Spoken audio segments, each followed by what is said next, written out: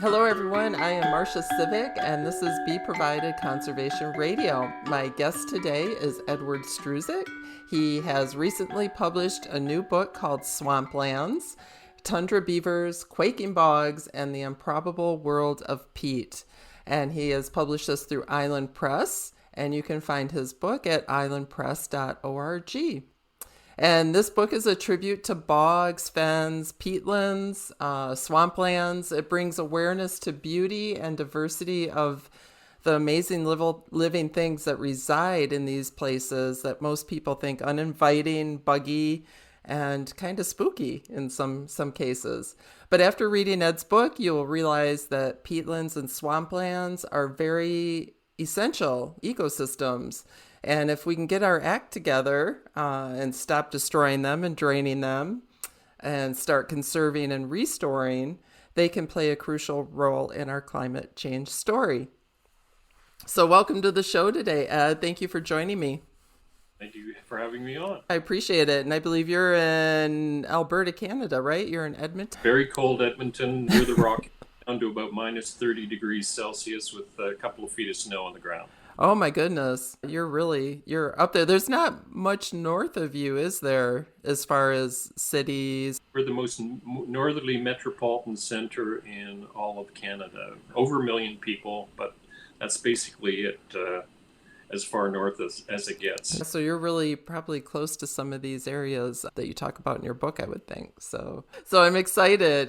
Congratulations on your book. I've found it really fascinating. You know, I grew up near some swamplands in Michigan, and we used to go out on these floating peat bogs up in the Upper Peninsula near Houghton, Michigan. You know, you kind of walk on them, and you can feel it floating like a kind of a magic carpet thing. And there was all sorts of flowers and birds and those carnivorous, what are they called? The carnivorous plants, the sundews and pitcher plants. Pitcher plants. Those were amazing to see. I thought that really opened my eyes to swamps. And, you know, when we were younger, we always used to stay up at night in a fort that we had near a swamp and see like thousands of fireflies, you know, buzzing all over the place, you know, a bunch of lights popping up. It was amazing. So They're magical places. So thank you for writing about them. So thank you. How did you get interested in writing about these places that most people find kind of obscure? And, you know, when I mentioned swamplands, people are like, well, yeah, you know, they don't seem that interested. But well, it began for me in the early 1990s when I was canoeing the most northerly navigable river in the world, the Thompson. Up in, if you would imagine the Yukon and Alaska, there's the Arctic archipelago north of that, and there's one island called Banks Island, and the Thompson flows through the north end of it. And I think we were the only second party to actually do it.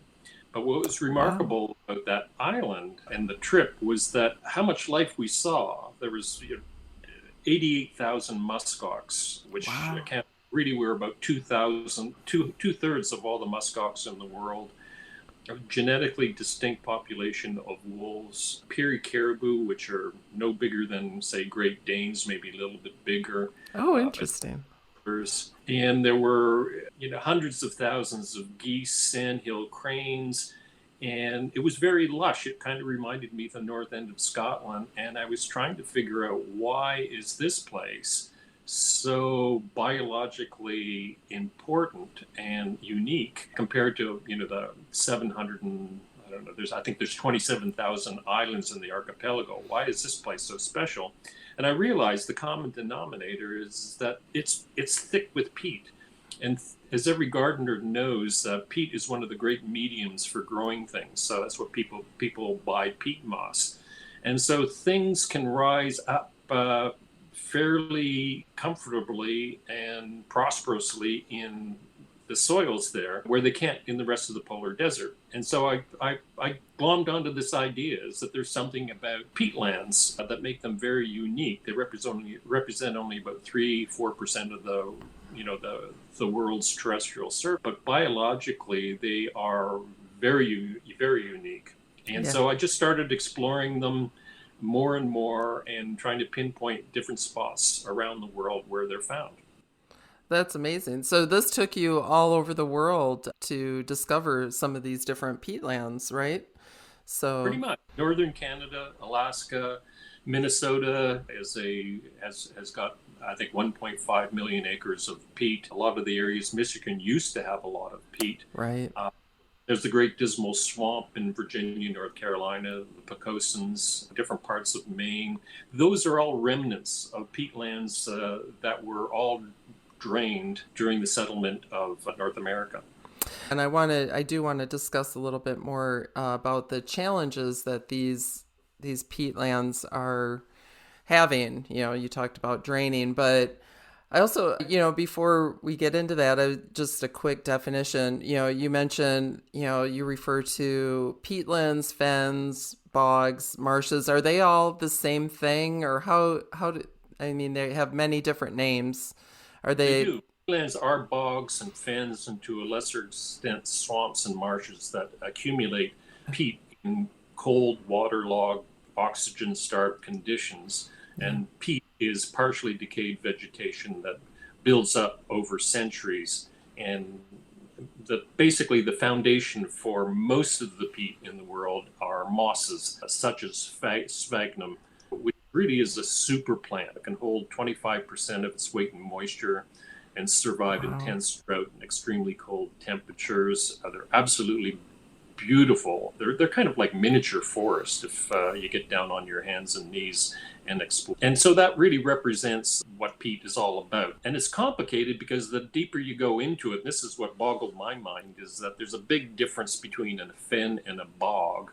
For Okay. example, a lot of people in your part of the world in California might call some area a swamp or a bog, but really there are no bogs in California. I was going to ask In that. fact, in fact, all of Western United States, there's only been one bog that's ever been found in the Western United States, and I Wow. was just fairly. And so it demonstrates just how little we know about them and how poorly understood they have been, and how really different they are. A fen produces a much different environment of plants and animals than, say, a bog, which tends to be less acidic. But then it's contradictory in some ways as well, is because some fens in the Sierra Nevadas, Yellowstone National Park, are some of the most acidic environments in the world.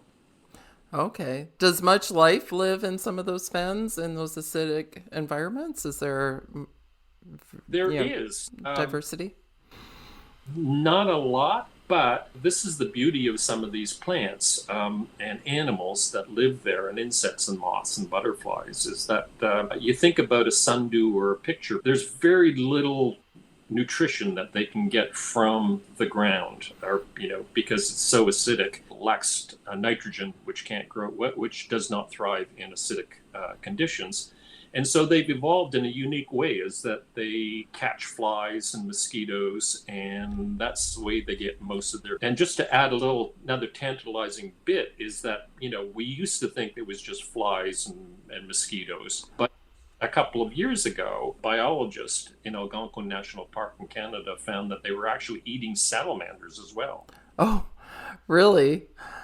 Trapping juvenile salamanders, not fully grown ones. But that was only in 2017. So you can imagine there's these really unique, and they were weird looking plants. The pitcher plant is quite strange looking. Yeah. Looks like the day of the Triffids. And the fact that it can actually capture something of that size and that mobile and be able to consume it, and that's the way they live. And so you really have this very strange, weird assortment of critters that live in these environments. But at the same time, you have many, common plants or animals, especially like caribou and grizzly bears, that inhabit these places for a variety of reasons. And one of them being, for example, is that if you want to pick blueberries or cranberries, you have to go into a peatland because they're acid-loving plants. And so that's where grizzly bears go to get food when, meat's not available on the landscape. Oh, that's interesting. There was a old area in Michigan, near Traverse City, Michigan, that was cranberries. It was kind of looked like more of a dried up peatland.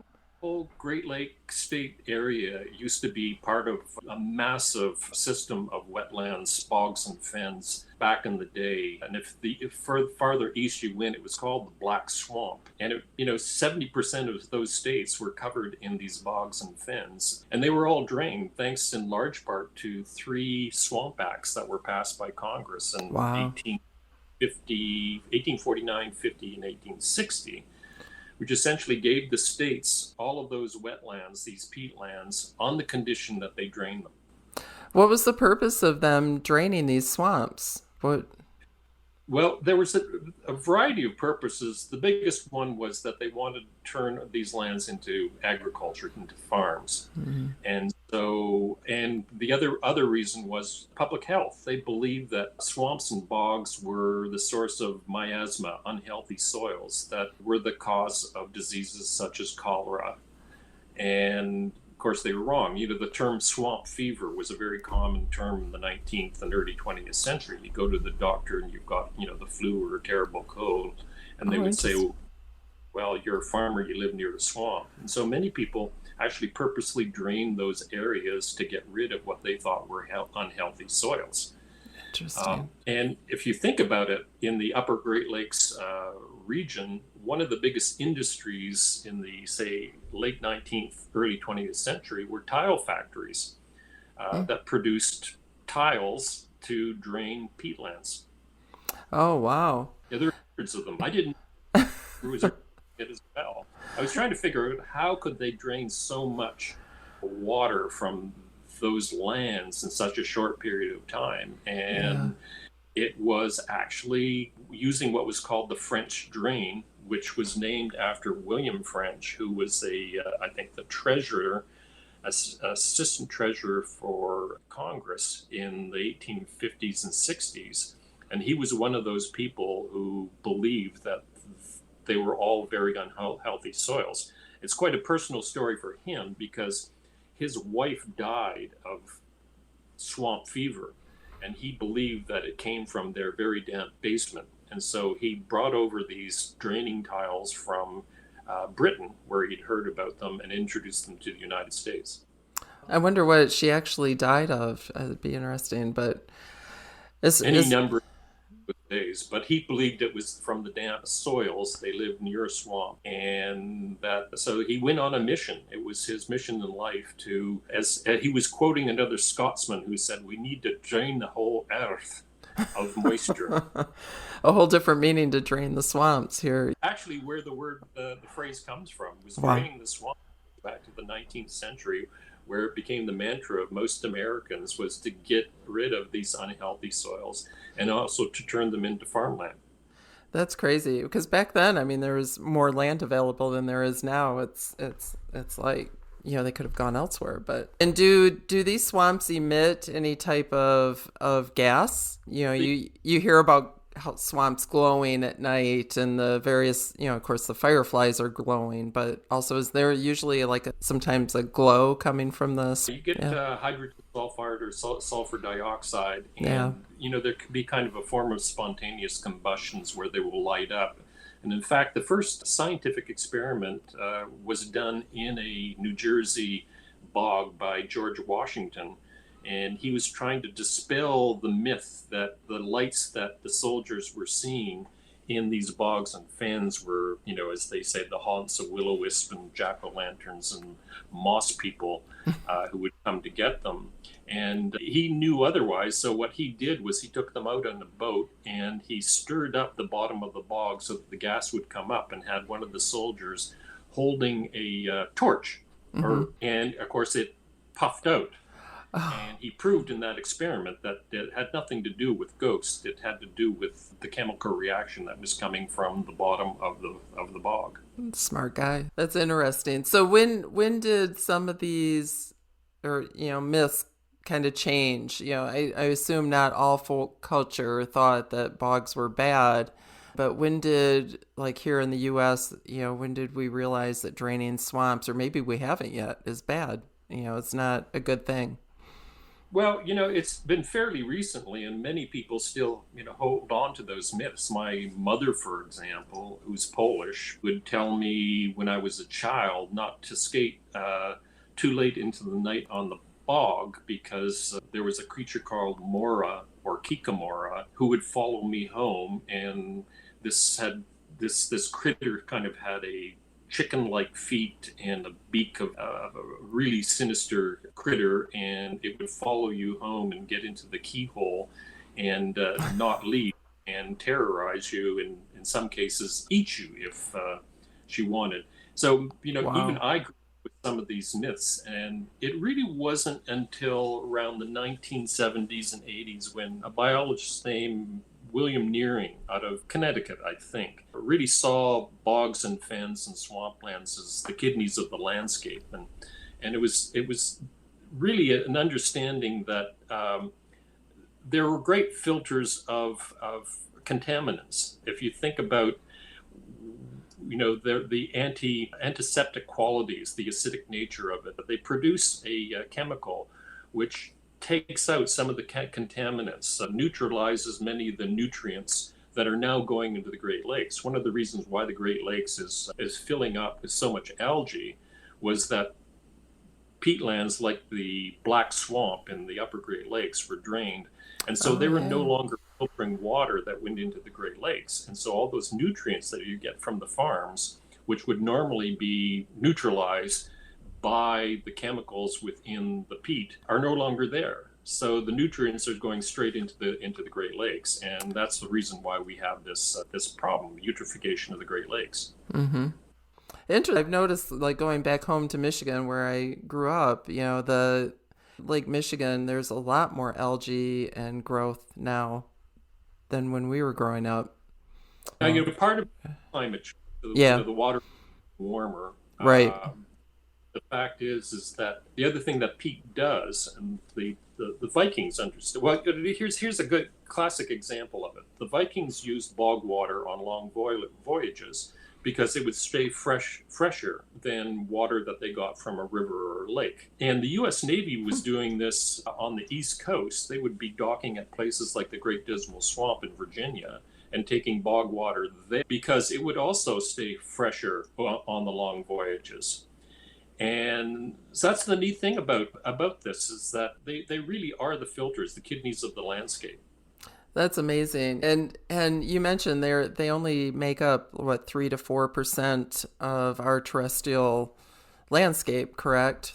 But yet they're able to store more carbon as well than some of the forests in the Amazon, and that's a big thing for our climate change story, correct? To It's huge. yeah. If you think about it, the Hudson's Bay lowlands, which are the second largest peatland in the world and the most intact in northern Canada, stores 5 times more carbon per acre than the Amazon rainforest, which is considerable. Mm-hmm. And that in whole, that 3-4% of the landscape which has got peat stores twice as much carbon as all the world's forests combined. Wow. So they are an incredible storehouse of carbon. And I think, we don't know it here in the United States and Canada, appreciate just how much carbon they store. But if you look at Europe, Scandinavia, and even Russia, they're beginning to understand that. And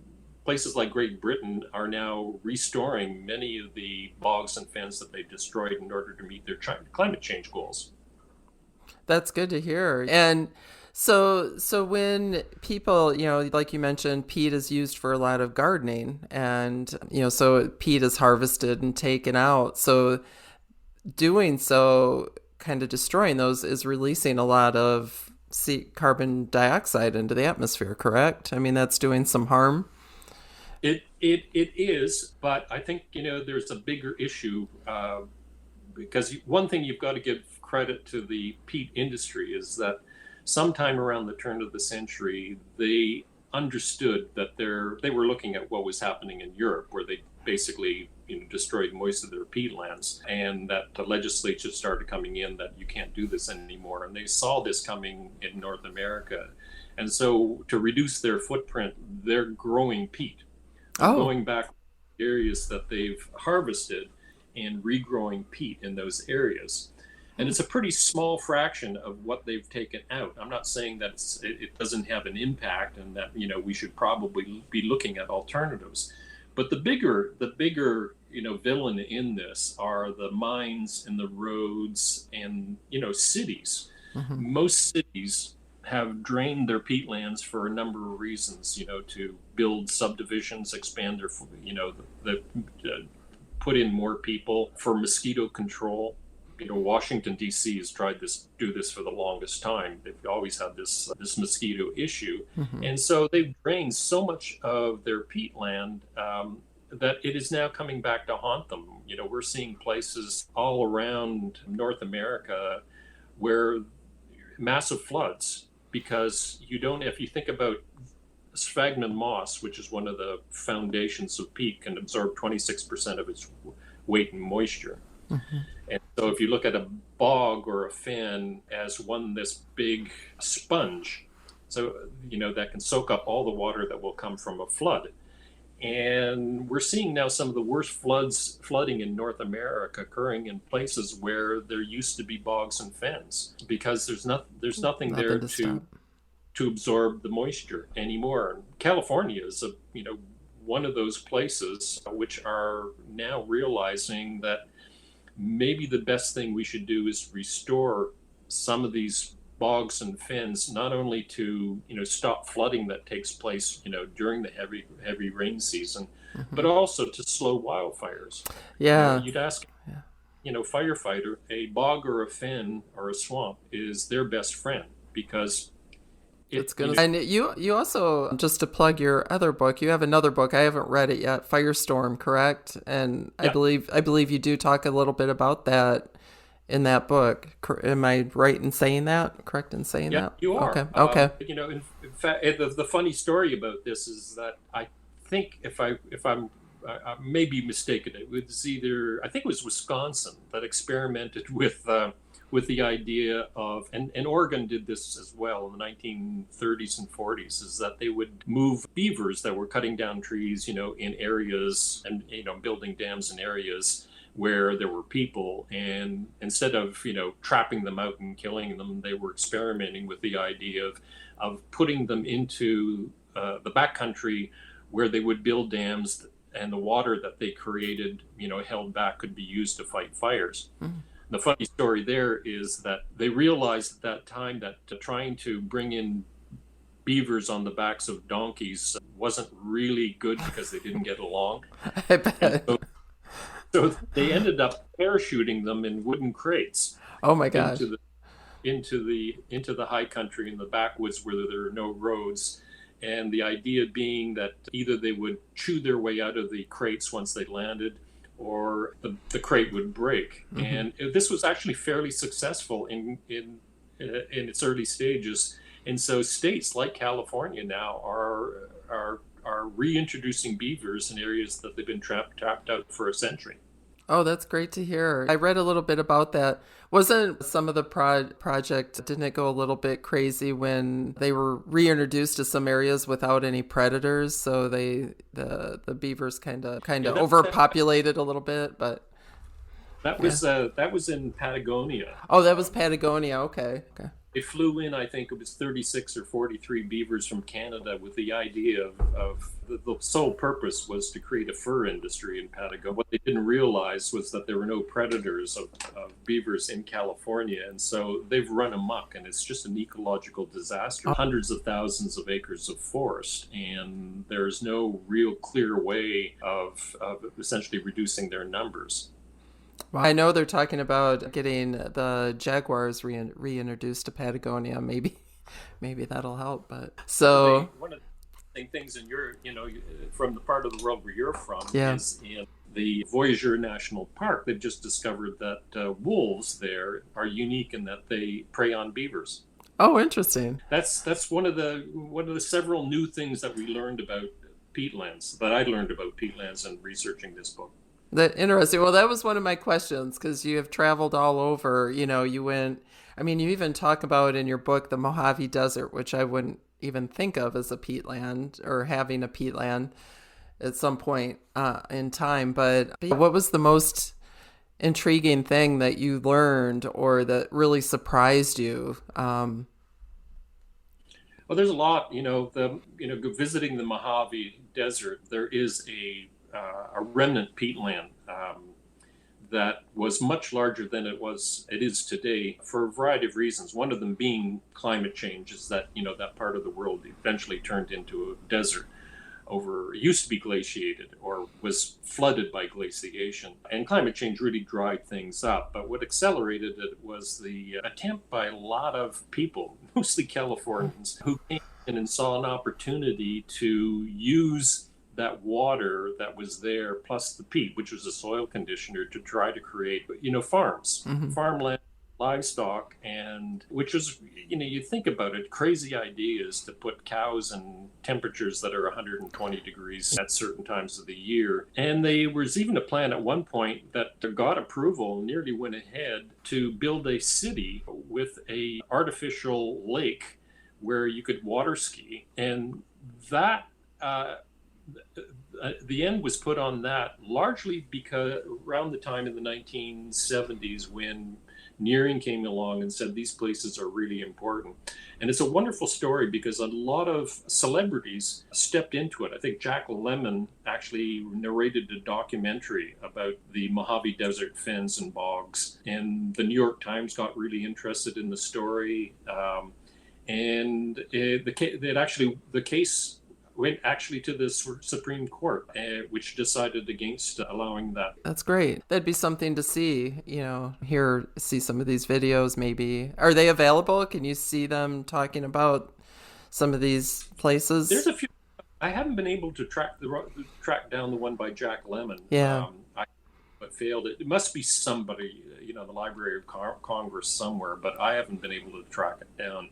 One of the things that I did track down, which was kind of funny, was that the 49ers, the gold rush seekers that came through, from the east to the west, some of them came through the Mojave Desert. And in 1959, the state of California, it was 1949, the state of California decided to hold a centennial celebration of this great event of going through Death Valley, and, where the gold seekers stopped to get water, from these bogs and fens, and to, they actually tried to steal food from the native people, indigenous people who lived there, and they were growing, crops, corn, squash, and whatnot. But they had this centennial celebration, and they asked everybody to come, and they expected, maybe 1,000 people might drive in, and it turned out to be a Woodstock. There were at least 65,000 people. Wow. Some say 100,000 people. Jimmy Stewart, the actor, who had just come off, his great role in A Wonderful Life, came in, and they did a pageant with a number of A-stars to reenact that whole thing. I thought that was that is really cool. I'll have to check that out. And the composer, there's Frederick Grofe, an American composer, classical composer, wrote his Death Valley Suite for that event, and it was performed with him as conductor there in the desert. Oh, that's great. I'll have to check that out. So back to some unique things that you've seen in the peatlands. Like, I know you talk about extreme botany in Hawaii in your book, and that sounds like an extreme sport kind of thing. But, these people are doing amazing things, saving these plants that are rare and going extinct. And I mean, you talk about so many, you talk about the red wolves and their reintroduction process. And I was just curious, is there any other thing that stuck out to you that was really a surprise? There's many of them. Yeah. The fact that you've got rattlesnakes in Canada that are really, no one can quite figure out how they could survive a Canadian winter. And it was just discovered by a graduate student in 2018, and I was with her in the Georgian Bay area, is that the way they survive, and the way turtles as well survive in that really cold Canadian winter, is that they den in peat. Wow. Peat Yeah. has great insulation qualities, and I know this for a fact because I have this 100-year-old house that I live in. When we first moved in, discovered that the walls were insulated with peat moss.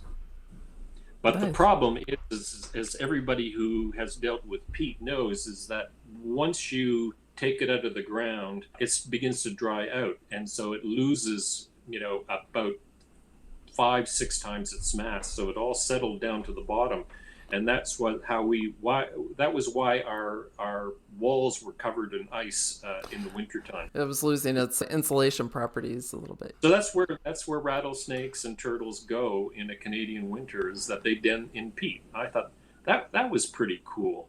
That is The really other cool. story that I found really fascinating was there was this moth, the Omnibore.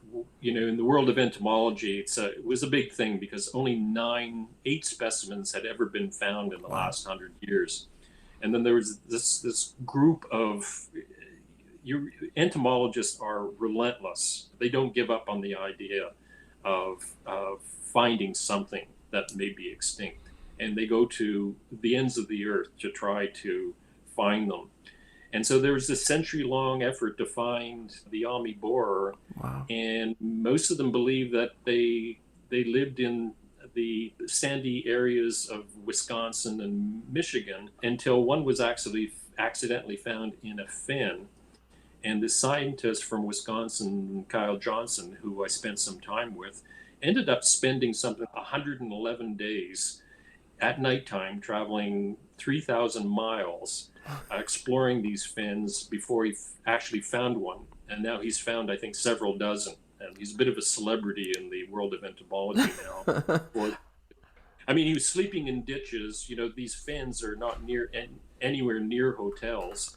Well, he wanted to get out there because you probably have to be out there in the morning or evening, I would think. So he Yeah. would either sleep in a ditch and then resume his, in the daytime, and then resume his hunt at night. It was quite a character.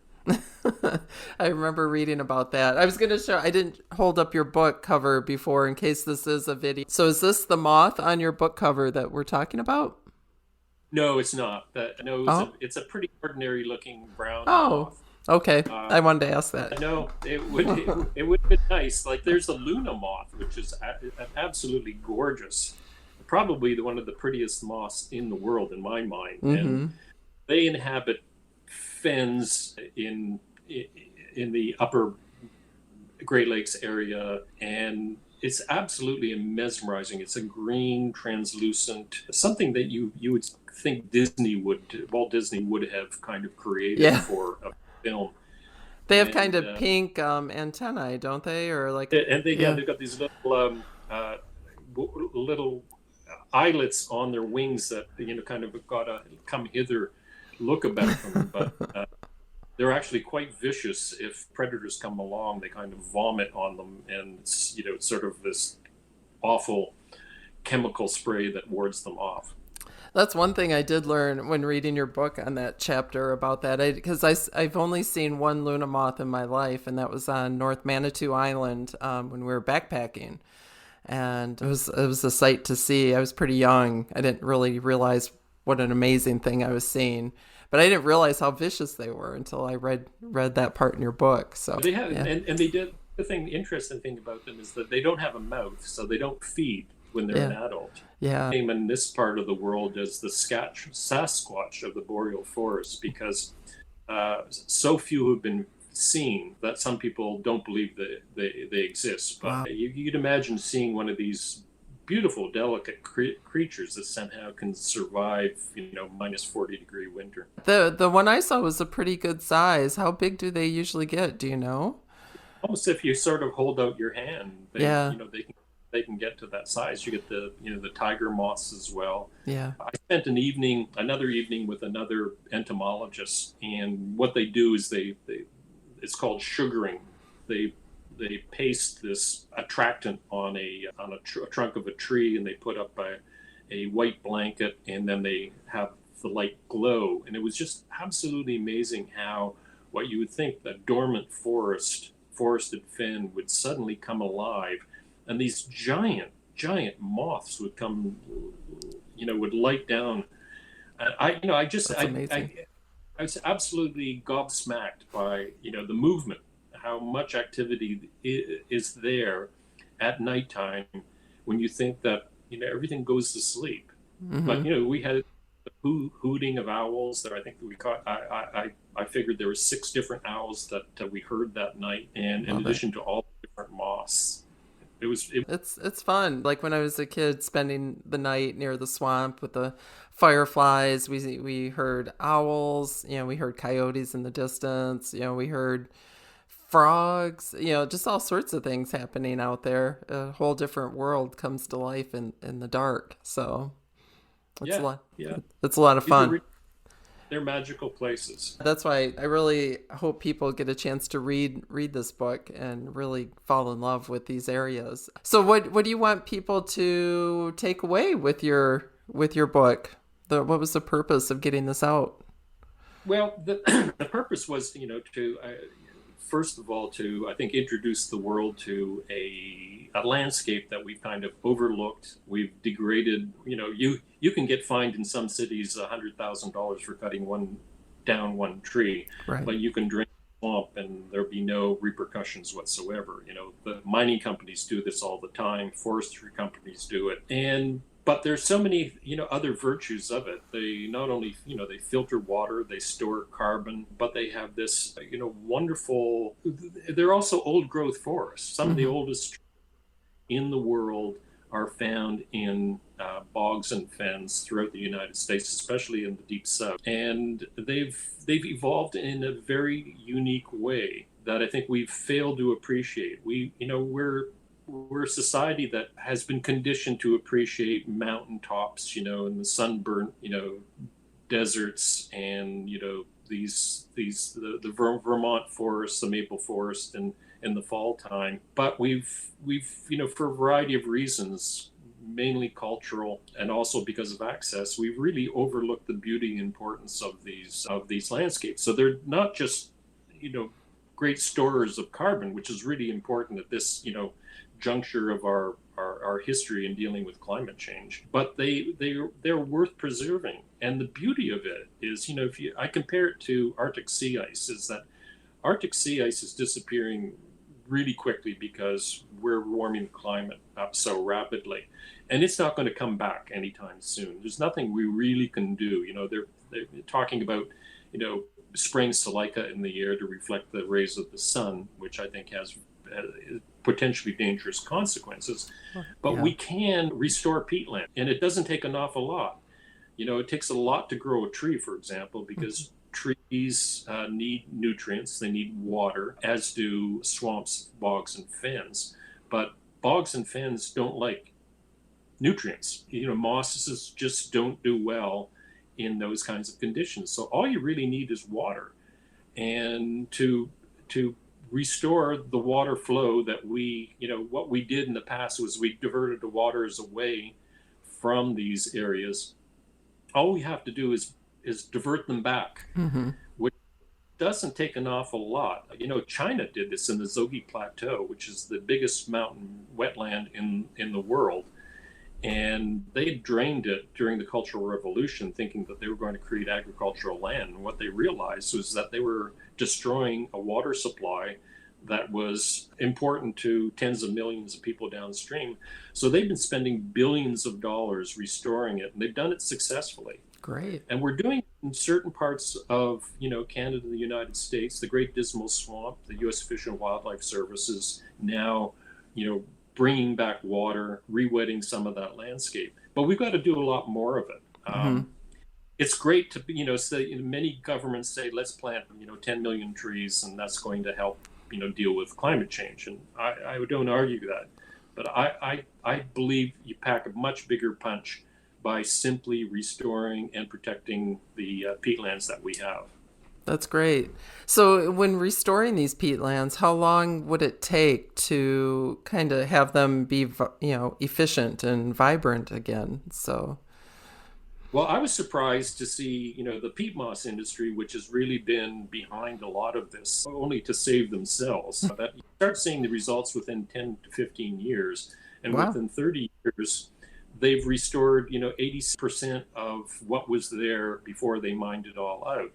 Which isn't perfect, but in say 10 or 20 years of research and development, they've really, been successful. My point is that we're probably best off just trying to protect what we have, but I think we really can restore a lot of the degraded peatlands around the United States and Canada fairly cheaply. It doesn't seem like it would be a highly expensive process, but what can individuals do as far as gardening or anything like that? Is there anything? Increasingly, I think, we're starting to see some alternatives to soil conditioners other than peat moss. And I think that will come. It's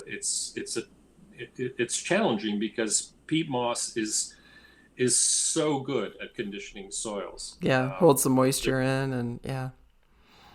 So, that's one way of looking at it. But I think that also, it sounds a little bit corny, but if you just start alerting decision makers to the importance of these areas and fighting attempts to, drain a wetland so that we put up a new subdivision. I've just seen it so often throughout North America where people are just, shrug their shoulders when, a city says, okay, we're going to drain 40 acres of this swamp so that we can build some houses. And I think that if we start looking at a different way, our decision makers will notice.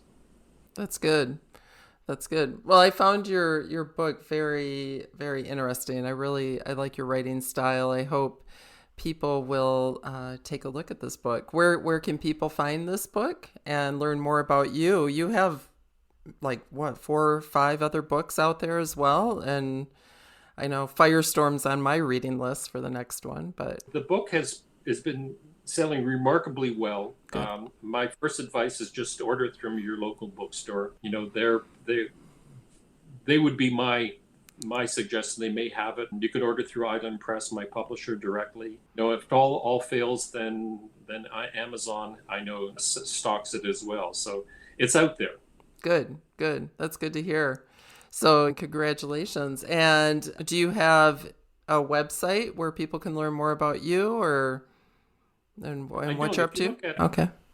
I'm on LinkedIn, Facebook, okay, Twitter, and there's a profile of me on Island Press. So if you want to know more about me, or just email me. Sounds good. I can post some of this information in the show notes too, as well, some links. But before I let you go, it's funny, I was reading part of the book, so it's been a while since I actually read the book, so I was perusing last night, and I came across where you were out.